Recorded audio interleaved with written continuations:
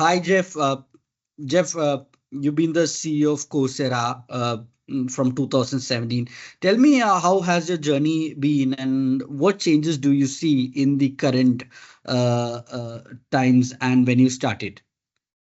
Well, I started in June of 2017, and I realized, as did the founders, Daphne Kohler and Andrew Ng, that education is most beneficial when the world is changing quickly, when there are new opportunities to learn new skills and there are new requirements to learn new skills. Now, if people don't have access to learning, that change can become a threat. But if people do have access to learning, that change can be an opportunity. What I've seen in the last 7 years is a world prior to 2020 that was changing fairly quickly. We had, the internet and people moving to the cloud and mobile devices and social media. People were focused on digital marketing, computer science, and data science. There was a little bit of AI for the people who build the models. But then COVID came along and everything changed. All of the universities started using online learning. All the students started using online learning. All the companies had their employees working remotely. Everybody went online. And of course, Coursera really grew. And we went public in 2021. And then just as the world was starting to renormalize, generative AI showed up. And this has accelerated the change again. And I think it will profoundly change every job because it will change the way that people think. It'll change the way that people make decisions, and it'll change almost every cognitive task that is associated with people doing their jobs. Jeff, generative AI, we've been hearing this word for long right now. Tell me what sort of integration is generative AI? I mean, transfer the delivery of content to learners worldwide. What integration have you done in Coursera?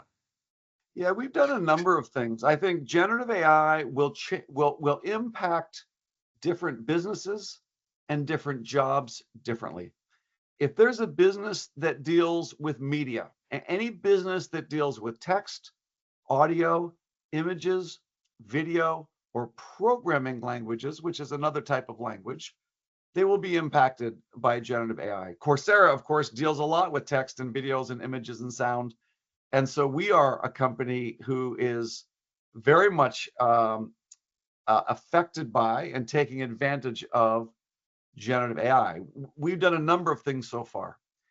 We have launched something called the Generative AI Academy. So this is hundreds of courses that teaches people about generative AI. It teaches everyone about the basic principles of generative AI, how to use it as a thought partner, some of the risks and ethical issues. We have a whole set of courses on generative AI for leaders. It talks about change, talks about change management, navigating the risks. And then we just launched generative AI for teams. So these are courses from Stanford, from Duke, from Microsoft, from IBM, from deep learning that teach software engineers how to use generative AI to be more productive as a software engineer, and data scientists how to be more productive being a data scientist using generative AI, and marketers and product managers. So we're going job by job, and our partners are creating content that help people learn the skills to unlock productivity. And that's just one piece. That's just Generative AI Academy. That's the content. We've also used generative AI to translate 4,700 courses into 21 languages, including Arabic. We use generative AI to create something called Coach. It's a personalized tutor who helps learners understand and practice so that they can get through the material in the courses. We have something called Course Builder. This is a version of generative AI for teachers to create new courses. And we just launched generative AI for academic integrity. This is a bunch of tools to help prevent cheating from students who are using ChatGPT to cheat. We've developed a lot of features and capabilities to prevent cheating. A lot of capabilities just to prevent cheating. Jeff, tell me, what basic digital skills do you believe is essential for today's workers and job seekers? And tell me how Coursera is, if I say, more effective than going to a traditional campus, going for a traditional campus education. Would Coursera solve at least 80% of equip me with digital skills? Yeah, it really depends on where you are in your life. Many working people who have families and have jobs and will not be able to go back to a campus, they're going to need to learn these skills and they'll have to do it online. But even students who are on campus are going to use online courses like Coursera. We have something called Coursera for Campus, where universities, thousands of universities, are using Coursera for Campus to teach their students some of these emerging skills. So whether you're on campus as a traditional student or whether you're an adult, almost everybody is now taking classes online to learn these skills. And I'd say that some of the most important skills, some of them are very broad based. So there are many skills associated with helping people deal with change. So skills around a growth mindset, skills around agile programming, skills around leading and managing teams through change. Those are more the broad-based human skills.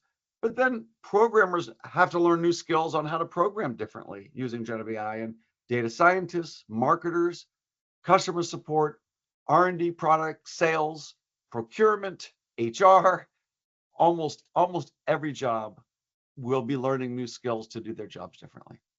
So you're saying that, whatever skills so far the world has relied on, the world has to move on at a very rapid pace. Yes. And you have to acquire these skills in a very kind of a new way. So the personal connection would be very less when you learn from not so traditional kind of education. And moving forward, we would see more of edtech playing a good role in every part of the world. Yeah, I would say that even when you're on campus, you'll be using edtech. You'll be using online courses. There's a number of reasons. One is that online courses can come from hundreds of different universities and leading companies. So it's not just one university creating the courses, it's a collaboration of many institutions. And this helps every university keep up to date with how fast things are changing. So one of the reasons why universities are using online courses is they're very current, they're up to date. Another is a lot of the skills that people need to learn are hands-on skills. How do you use Google? How do you use Excel? How do you use R Studio to do data science analytic skills? How do you use ChatGPT?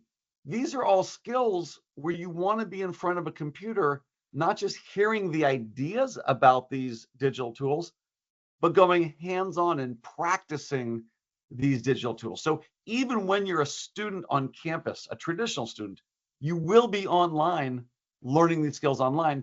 And even though you might be learning at your own pace, now with things like Coach, you have your own personal tutor who's interacting with you, talking with you, helping you practice for tests, explaining concepts, helping you understand how the skills that you're learning are relevant for your job. So you don't feel so alone because there's a Gen AI tutor who's there with you as you learn. Okay. So, uh, how can educators, kind of navigate the future of education? How do you see educators evolving with all these skills? Not just for the students, the teachers themselves also has to understand. Are they really adapting to these kind of new ways of teaching? Well, they are adapting, but different universities are adapting at different speeds. We're seeing different regions moving at different speeds. I will tell you that when we think about Coursera for Campus, which is the version of Coursera for universities around the world, we see the fastest rate of growth in India. We see the lowest rate of growth in Europe. They just are much slower in Europe. Their universities are moving more slowly. But in the UAE, we're seeing very good growth. In Saudi Arabia, we're seeing good growth. Qatar is, there's many universities in Qatar, and they are using Coursera for Campus as well. So the Middle East has been moving quickly. And there was recently a survey, and I forgot who did the survey, but they asked businesses, have you trained more than 25% of your employees on generative AI?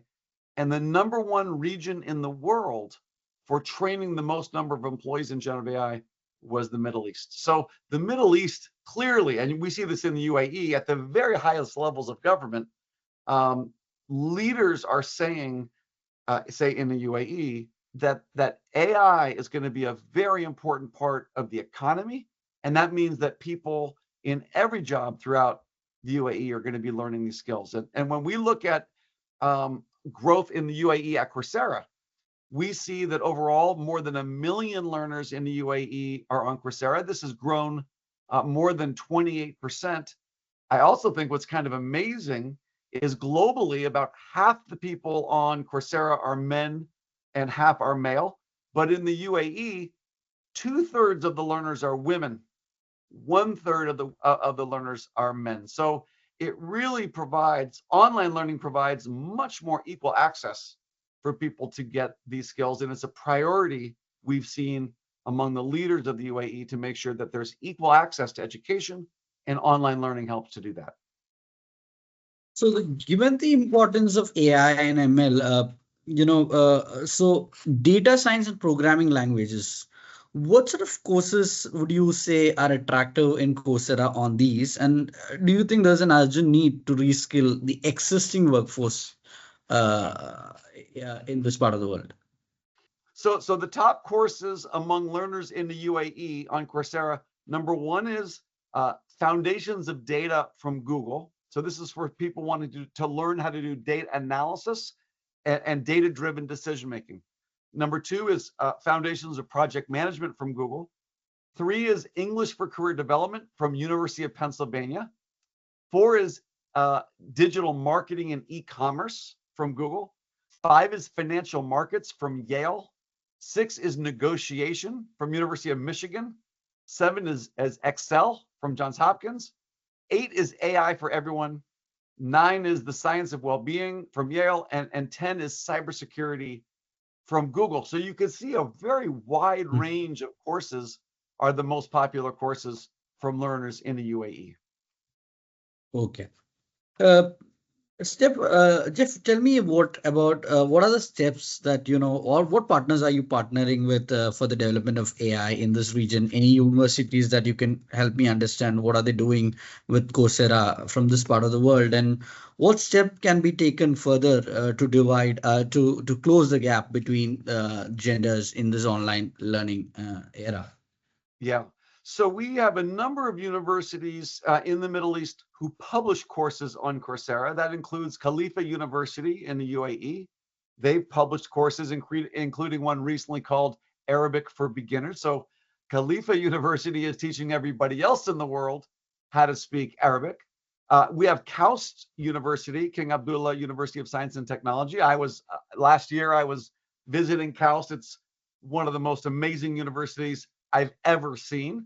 We also work with Al Faisal University in Saudi Arabia. And in Jordan, we work with the Jordan University of Science and Technology. So they all publish courses on Coursera. But we also work with a number of universities who use Coursera as content for their students. And so we have a number of campuses in the Middle East that use Coursera, including Al Faisal, including Prince Sultan University in Saudi Arabia, and a number. We have probably 10 to 20 universities in the UAE, Saudi Arabia, Oman, Qatar, who are using Coursera courses in their classes. Okay. Jeff, ChatGPT is all over the place. I mean, is it because of there is the public using ChatGPT on a high scale that is why this attention suddenly to all these AI courses, or is it because there is a gradual shift that's happening, even in spite of even if ChatGPT doesn't come into the picture? I think one of the big differences between, say, ChatGPT and Google is that Google is a way to store information that a human creates and find and retrieve that information. Google is a lot like a library. It's a very good library where they're trying to grab all the information in the world and put it in this library and make it very easy to find it. But it's basically just storage and retrieval. What's different about ChatGPT is that you can interact with it. You can ask it questions and it will help you think through things. So Google is a good source of information, but ChatGPT is a thinking tool. It helps you think more clearly. It helps you articulate your thoughts more clearly. So anyone who has to think, anyone who has to make decisions, anyone who has to communicate really will benefit from learning ChatGPT as a thinking tool. And that's almost everybody. So ChatGPT is different. It's different from anything that we've seen before because it can help us think. And so anyone who thinks and makes decisions and communicates really benefits from learning this, how to use these tools. And I created a course called Using Generative AI as Your Thought Partner that teaches people how to think, use these tools to help them think more clearly. So this is something for everybody. And what we're seeing is a little bit troubling because overall, globally, we see about 50-50 men and women using Coursera.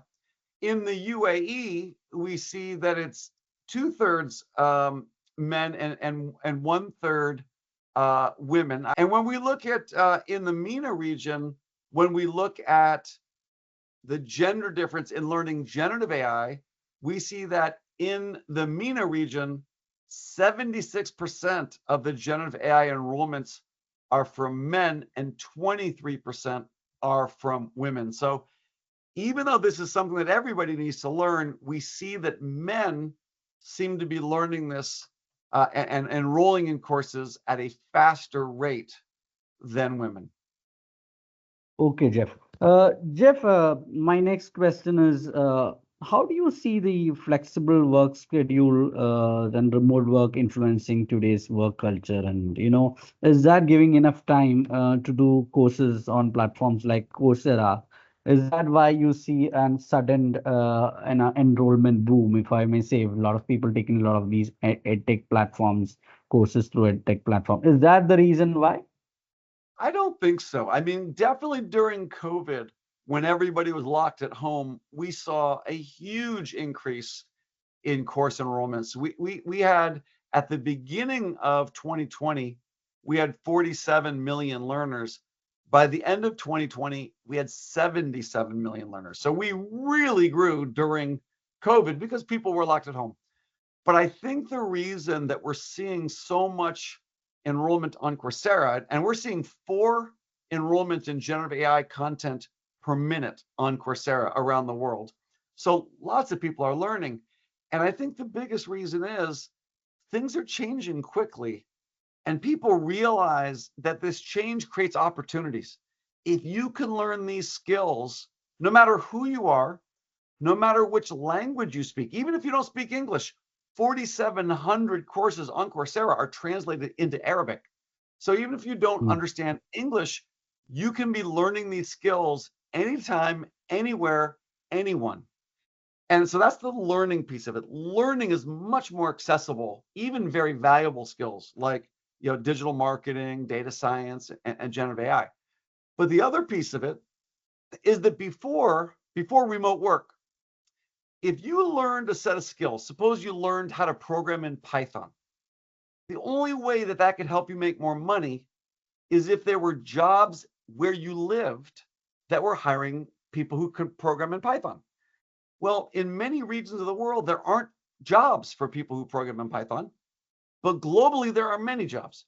Now that people can get a job, if you learn how to program in Python, you could be in Abu Dhabi and you could work for a company in Ireland, or you could work for a company in Hungary, or you could work for a company in Kansas City in the United States.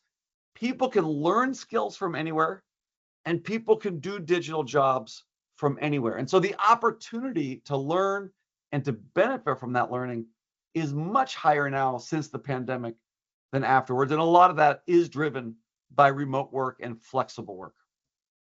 Jeff, before I go to my final question, Yeah. Gen Zs are more, they change careers. They don't believe in those days, you work for 20, 100 years or in a company and so on, so on. So, is that attitude also helping in any way to take up a lot of these courses because they keep switching careers in one part of the, I mean, once they're out of college, it is not like, you start finish the course and I will only do a career in that course. So is that because traditional education at that point of time was like very, just very straightforward. Life was pretty straightforward, if I may say. Yeah.